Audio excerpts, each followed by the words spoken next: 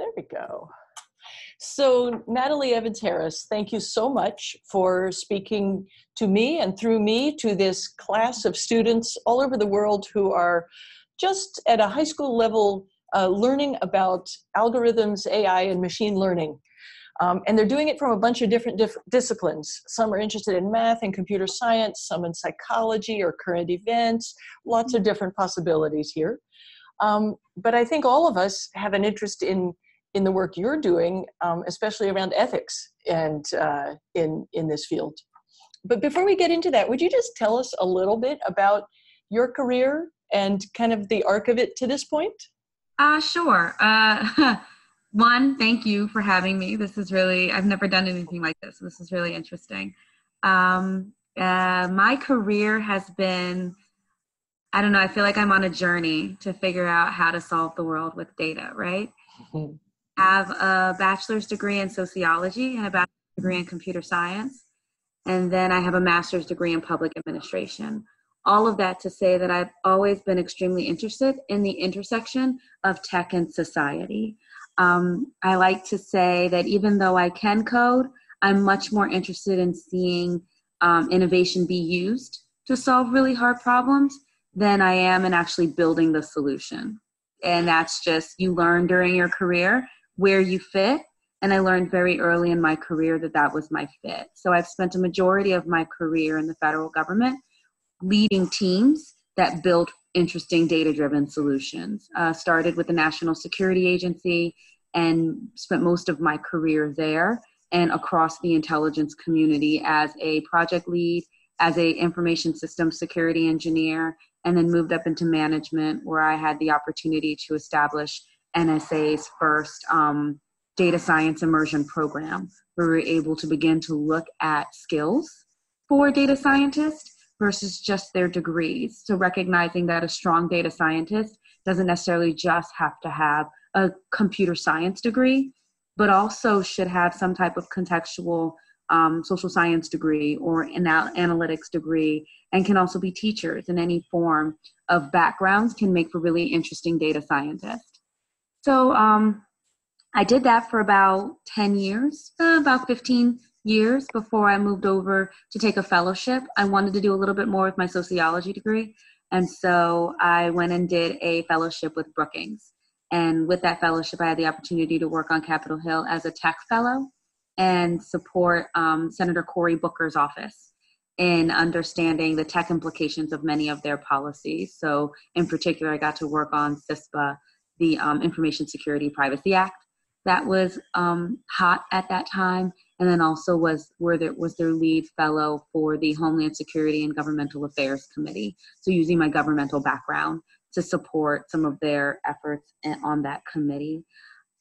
And then I met DJ Patil and Megan Smith while I worked on the Hill, and they both worked under the Obama administration. Megan Smith was the first female chief technology officer for the United States, and DJ Patil was the very first chief data scientist for the United States. And when I met them, we had a great connection. We talked, and I really wanted to support government in their use of data. So one of the things I learned once I took this fellowship was that strong government practices were not consistent across the federal government. And I really wanted to begin to tackle how we use data to solve really hard problems while still protecting people's privacy and making sure that we were doing more good than harm.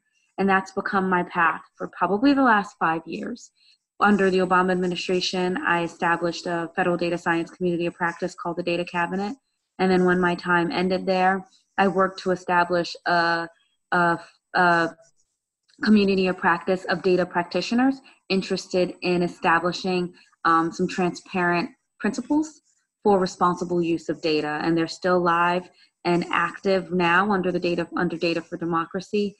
And also I founded a company called Bright Hive, which is really focused on how do we enable social sector organizations to be able to link and share data in a responsible manner and with the right governance in place that allows for drawing insights in a equitable and responsible manner. And then I'm also doing fellowships and all those things. But if you think about my career trajectory, it's always been around this place of how do we use data to solve really hard problems? And now that we're doing that, how do we do it in a way that still protects people? So I guess technically you're working in a private company of your own right now, but really it's still focused on, as you say, the same themes of data privacy, protecting consumers, protecting citizens. And I'm kind of wondering whether it's did you ever consider going out and making money with these awesome skills that you have, and big money in terms of big companies? It's a constant thought, right? It's do you want to go work for the large consultant companies and I could probably make twice as much money as I make now, but that's not my passion. And I think it's really important that you balance the need, like I do all right. So you balance that need to have a livable income with that need to be passionate about what you want to do. So I say often that when I left National Security Agency, they were very good to me, and everything I learned there. But I realized that I wasn't passionate about that mission anymore, and that I was really passionate about helping others understand how to responsibly use data. And so that's why I left. And that's why I now do the things I do now. And so while you definitely want to do things that can help you pay for a roof over your head and food in your stomach and whatever your lifestyle is, you also want to make sure that you're doing things you're passionate about, because you have to get up and do it every day. For me, I'm living and breathing this stuff, as my husband will tell you. And so if I don't enjoy it, what are we doing this for, right? And for me. How is it different to work in government or in your own small, company with a social mission, as opposed to working in a big corporation of any type on data projects? So there's good and bad with both, right? And not to knock working for the private sector, because when I worked at NSA, everybody that worked under me, not everybody, but a good number of people that worked under me worked for large consulting and large companies. So there's value in both. It really is a personal decision. For me, the motivation and the intentions of working in government and working for public benefit corporations, which is what Bright Hive is really centered around that impact. So you get to that point where you have to make that decision. Do I do this for the money, or do I do this for the impact? And there's always going to be that conflict and that tension between the two, of going after something for the big dollars or not going after something because it doesn't make you enough money. And you just have to know internally what's important to you. I'm very impact driven. I always have been. That's how I ended up in government. So I'm always more focused on what are the things that can drive impact, but also I can still survive by doing it. It's an internal decision. Were you aware of that focus when you were going through school and just learning to code and learning about algorithms and it's interesting. Studying all this? I did know that the change I wanted to see in the world was a change with the government. I grew up in Bronx, New York, and I saw how challenging it was for people around me to be able to get access to social services, and how difficult government often made it. So I knew that I wanted to help make that easier, and I knew technology and data was a way to do that. I learned that I learned that through my college experience, that, okay, technology and data is the way to do this. I think it wasn't until I started working with Bright Hive and standing up this public benefit company and working in this private sector, and we're going through our first seed round, that I really, really started to figure out that core difference and what that means and what that looks like. So I made the decision to leave the government because I also recognized that in order for government to be successful, there was some capacity building that needed to happen on the private sector side and in the nonprofit side and in these other parts of the ecosystem. So I wanted to work on those sides as well, and learn and do that. And so that's one of the reasons why we chose to go this route with the public benefit corporation versus doing a nonprofit or staying in government and doing the work from the inside. So I will say that I didn't know how different it was going to be until I had to do it. And now that I've done it, I've learned so much about, we can't if we're going to hire people, we have to think about how much money we have in the long run and how they're going to get their benefits. And we really have to make those bottom line decisions. For instance, our decision to go public benefit was because when we started our round, there's a really conscious decision in a board that holds you accountable for your revenue and profits. But if you're a public benefit corporation, you're allowed to put impact above, potential high dollar opportunities. You're allowed to do that, and it protects your CEO in making those decisions. So it's interesting taking some of the things from my impact-driven world and building a company in the private sector with that experience. I recommend everybody do all the things. Very interesting. Thank you. So you focused a lot on ethical use of data and guidelines for that. And you mentioned your background in growing up in the Bronx. Did you see either there or perhaps later at a different point in your career, gross overreaches or lapses in ethics that really led you to this? Was there a sort of a moment where this came into focus, or was it more of a gradual thing? I would love to be able to say that I knew I was going to be a data scientist from high school or from the moment I was born, but that just wasn't the case. I fell into this world. So I knew going into college that I wanted to work with government at this innovation section of how do we improve government's ability to support people, the people who are most vulnerable and need the government's help the most. And so I knew that going into college. And then I needed a job on campus, and I got it with the IT department because they paid the best. And I was laying cables and doing IT help desk work. And then it really wasn't. And then I found that I enjoyed it. I enjoyed coding and I enjoyed doing this work. And that led me to National Security Agency, where they recruited me to do the work, to do this type of work there. I joined NSA 3 months before September 11th. And that was my first exposure to the importance of access to data and understanding the power of data. So that was my first exposure, was seeing through what happened with September 11th, how the information was there but not available, and how people being able to work together really impacted our ability to proactively prevent something like that. And so that's where I got my kind of first taste of the importance of data in this technology and innovation space. And growing up and grooming in NSA, you learn, and they teach you as a culture, the importance of protecting data and the importance of being responsible with that data and being a good steward.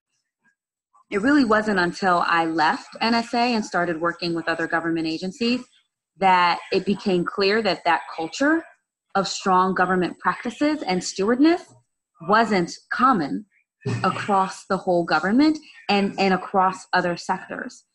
And it's so important, especially as we begin to use data and the morphing of data and people, individual persons, become so blended together. It's no longer just data and then people. They're really becoming one and the same. So the need to be responsible and thoughtful and intentional about its use is so critical. And so watching things like the breaches that have happened over the years and things that I can't talk about here and seeing some of the lapses that weren't malicious, weren't intentional. It was really just not understanding that we were creating these vulnerabilities and could do better. The goal is not to punish and not to identify opportunities to bang sticks. My goal is to create opportunities for people to understand what they can do to do better. So if we shift gears just a little bit and then think about, I'm wondering what it's like when you're leading teams of people and trying to get them to collaboratively establish ethical guidelines. Yes.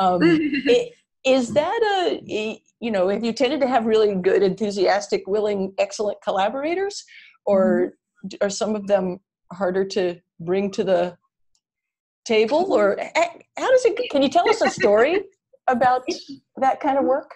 So it's really interesting. When I decided to put my energy into forming the community-driven ethical principles group with Data for Democracy, I had a lot of people that were going, great idea. This is so needed. Let's do it. And so I think you learn very quickly the difference between the supporters and the cheerleaders, and the people willing to roll up their sleeves and voluntarily help you do this. And I learned this through CPEDS, and I also learned this through establishing the data cabinet when I was still under the Obama administration.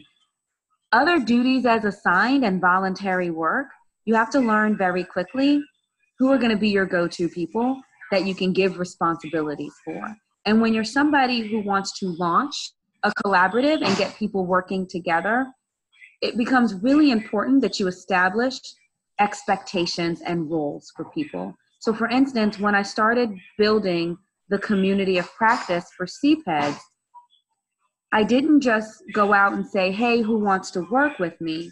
I was very thoughtful in saying, I need people who can lead out on developing these principles in this very specific way. And it's going to take about 4 meetings, about 2 hours of your time each meeting, and this is how I will help you. And you have to frame it in a way where there's something they get on the other side.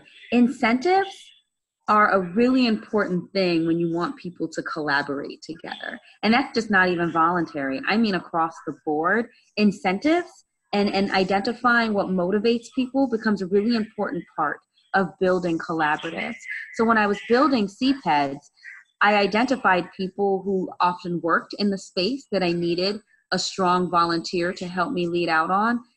And then I connected with them and set up a framework so that they could be successful in a way that they were comfortable. And it was interesting, right? So I had four people that worked for me under CPEDS, and they were all group leaders under this large initiative who were responsible for creating a specific set of principles.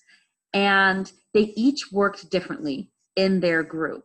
And so I had to get to know them and their styles to make sure that they had what they needed to be successful as volunteers. And it didn't become a burden, but it became something that they enjoyed doing. And I think it was fairly successful. We grew it from nothing to, I think it's over 1,000 people that are in the group now. And there's still leaders and there's people that are launching their own things within the group and are becoming self-starters. So it becomes really important to create the framework.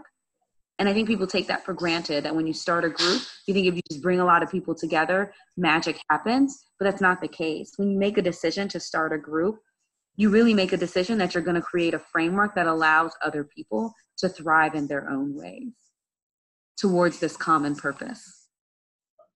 That's really interesting. And when you talk about incentives, what could you really offer? You talk about relationship building, and but in terms of incentives for them to spend this time and do this work, a clean conscience, a sense of personal fulfillment, a dozen donuts. What are you offering? And so you usually want to tie it to their day jobs, right? So for some of the volunteers, I know at least 2 of them, I also help them craft it in a way that it tied to their day job. So this was something that helped them either with their research that they were doing if they were in school and were researchers. One of them worked for a company, and so this was an opportunity to help with their professional development. And it was something that they could add to their resume as helping and growing a community and having a larger impact. So that's what I'm talking about. There was also one person who was really fresh out of school, and this was an opportunity for them to meet and engage with leaders across the industry, because the advisors that supported CPED were all leaders in the space and worked for larger companies and were respected. So this is an opportunity for them to engage with these people and potentially grow into other opportunities. That's how it sounds less, it doesn't sound as good as for the good of the people, but I think that's okay, right? Because you're committing your time and you're not getting paid for it. And so you should get something on the other side for it. If not, why are you doing it? I do this because I do this not just because I want to see good things happen, but it also helps me drive toward this vision of the world that I'd like to see and see data being used. And it helps me with building a career that I enjoy. Very cool. You know, in the news, we hear an awful lot about unethical data practices, I guess we could say. And, you know, lots of big companies gathering information without the understanding or even permission of users, or without their knowledge or real understanding of what's going on. Do you think, is that improving? And do you see, how can you, what kind of path can you envision to a more uniform ethical set of practices in these companies? I was this is the world I'm living in right now, right? Is that we've spent a tremendous amount of time over the last few years, me included, getting various sectors to develop principles. Let's just talk about what is the good we want to see in the use of data. So what are these principles? Where we need to go now is, how do we turn these principles into actions? So I was having this conversation with Chris Wiggins, who is the director of data science for New York Times and also a teacher of data ethics for NYU. And just I go to him for knowledge sometimes. And he and I were having this conversation of, how do you turn principles into actions? And we had this two things that really framed out of that conversation that I think helps this. One is, there's this power struggle that is happening right now. And a lot of what ethics means and adopting responsible data practices often means somebody has to give up power. If you own the data, you are motivated to keep owning that data. So efforts like open data initiatives and things that want to increase transparency are antithesis to that power, right? Because I need to own all of the data. And therefore, I have the power because data is a commodity. So when you think about what using data responsibly and ethically looks like, you have to think about, what is that power dynamic that we are looking for? What power are we looking to give individual people? What power are we looking to give policymakers in being able to frame out what right looks like in defining standards and defining rules? And what power do we want organizations to keep as our primary data collectors? And what does it look like for them to be primary data collectors and still do it responsibly and ethically? So there's this power struggle that we have to start acknowledging and working on as we move towards defining these rules and moving from principles to actions. That's one part. The second part we talked about is, what does it mean to move from principles to action? Like, how do we get organizations to really adopt strong data practices? And that's not just private sector, it's government, it's public sector, it's everybody. So how do we move beyond principles to actually seeing these things ingrained in the way that people do business and handle data? And he sent me this article from LexisNexis that talked about the increased granularity of change of behavior and how it starts with principles, because principles are kind of the what I'll call motherhood and apple pie. It's the vision of how you want to see the world, and it's beautiful, and this is how we all should be. But then to really start putting some meat next to that potato, you need to start looking at standards.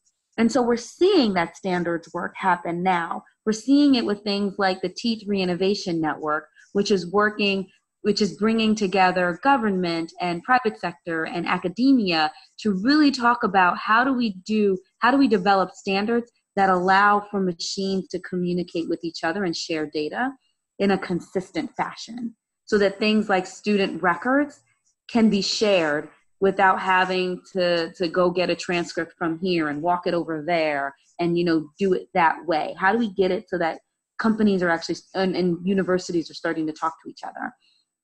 So we're starting to see these standards get developed that's going to increase the ability of machines to talk to each other in a safe and secure manner. So once we get from principles to standards, now we need to start looking at, well, what are the rules to using these standards? That's where I like to sit, because these standards help develop these frameworks for how machines can talk to each other. But then there needs to be rules for how we govern the use of data as it flows through these machines. And that, to me, is where ethics really matter. So it's really hard to develop rules when we don't have strong standards to do it. And once you've developed those rules for how data should be governed and how data should move throughout these systems, now you can start coding.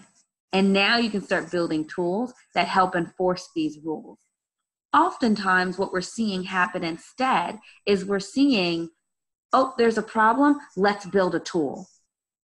And then one city will build this amazing tool that will help you understand how to report potholes in your city. Or you'll see a city create a data-driven tool that will help. The example I give often is there was a city in Florida, a county in Florida, that created this data-driven tool for automating bail decisions. So how much bail does an individual get based upon the crime? And so they put all this data into the system, and they use that data and AI in order to allow for the system to determine bail. What was happening as a result of that was that the system was basically automating inherent bias that already existed in that criminal justice system. So individuals that were typically African American, that were typically male, were getting higher bail or no bail compared to white and female, who often would get released, so not even held, or get an extremely low bail. So it was inconsistent. And what they found was that it was based upon inherent bias that was already in the system. That's unethical. It wasn't intentionally unethical, but it was unethical. And it was unethical, and it happened because they built a tool before they looked at their rules and before they'd examined their standards. So there's a process that we're ignoring in the use of data-driven solutions that is creating this tension and the situation that we have right now of tools getting developed that actually can't be scalable because we're missing all of these steps in the middle. And, if I can back up just a little bit, and you talk about, putting principles into action, mm-hmm. I feel as if there might be a lot of actors in this data space in our country and our world today who don't necessarily even subscribe to the principles. Yeah. That, it's like, if we can collect the data, we will collect the data, we will keep the data, we will sell the data. I'm not sure they're really interested in ethical principles. Right. So that gets back to that gets me back to the power struggle, right? Right. There's multiple camps sitting in this. There's some camps that believe in open internet. So let it be the wild, wild west, and things will just work out. I consider that to be a very privileged view of the world. And so there are some people that believe we don't need data ethics and we don't need principles. We just need better data scientists. We just need to teach people how to code better. And I appreciate the perspective. I think that we do need to improve some of our data science curriculums and the way that we teach. But I think that just like in computer science, where when you take a database course, you're also taught the right way to create your tables and the right way to store your data and how to encrypt your data. You also need to be taught where your pause points are. You need to be taught where you need to be looking at, is this the right way to do this? Or is there another way? Ethics isn't about don't do it. Ethics is about, is this the best way to do this? And that question of best is where things get really mushy. Because for some companies, and based on some views of the use of data, best means how do I make the most money off of it? What I'm happy to see is that people and customers and consumers are getting really smart about this. They're scared. And they're getting more control over their ability to say yes and no about their use of data. As soon as we start giving more power to people, companies will be incentivized to do better. They will, because right now they're not incentivized to do it. If I can sell data, why wouldn't I sell it? What's the harm? If they do something bad with it, that's not my fault. I didn't tell them to do that. That is kind of the way of the world. But just like doctors have their do no harm, sectors and industries need codes of conduct and need rules of the road. Computer scientists have it. Every certification you get has a code of conduct and has a set of standards that you are expected to hold yourself to as a professional. Why wouldn't we have it in data science? Very interesting. We need to kind of wrap up, but I wanted to get your view and maybe your advice for high school students, for people who aren't necessarily, headed towards, hardcore coding or careers. Mm-hmm. But, is there a level of conceptual knowledge or understanding that you think all of us need to develop? Absolutely. I think that what you're going to see a lot of now and what I hope happens is there needs to be more education around data ownership. I think that individuals at any age, if you can have a phone and if you can get on the internet, you need to understand your digital presence, which means you need to understand your data and what that responsibility looks like. Do I think everybody needs to learn how to write algorithms? No. But I think that you need to understand that when you check that box and sign up for that mailing list, that you're giving access to your data. An example I can give is that Amazon Prime, during their Prime Day, where everything was really cheap on Amazon, they also had a special that said, if you give us access to your internet movements, we will give you $200. $200 just so that they can track your movements.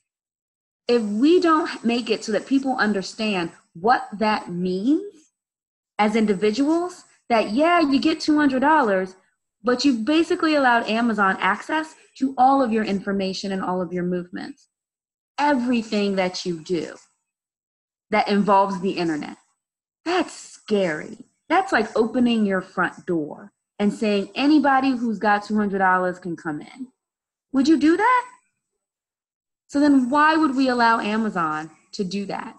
And we're starting to see legislation that's enabling more of those types of transactions to happen, and that's scary for me. Because if people don't understand and can make thoughtful decisions around doing that, then we're setting ourselves up for more problems in the future. I'm not saying don't do it. I'm saying be aware of what the dangers are of doing it before you do it. And that's where I think everybody needs some form of education. Just like, what does it mean? Yes, indeed.